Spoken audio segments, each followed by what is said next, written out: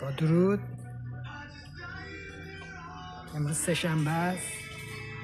ما آمدیم تو لوازم فروشی. یه دونه ایربگ ماشینم سوراخ شده. آمدم ایربگ گرفتم. داره حساب کتابشو میکنه. اینم لوازم فروشیه. این روغنه. اینم که یک چنبله. همه چی دارن اینجا و البته چیزای صنعتیشون اون پشته. اینا هم واسکازین و W290 واسکازین گیربکس و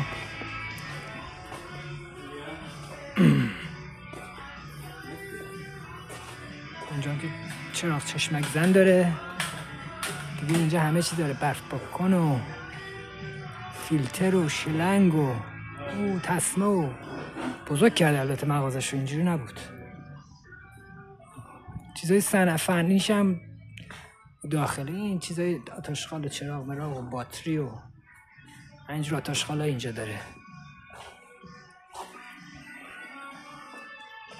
انواع اقسام روغن مال کامیون. اینا مال چیزن، پاکستان. صاحب اینجا اسمش امیره، پاکستانیه طبعا.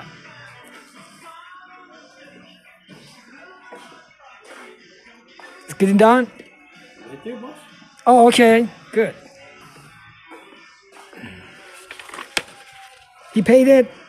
Yes, boss, you gave me the card. Oh, okay, good. Thank you.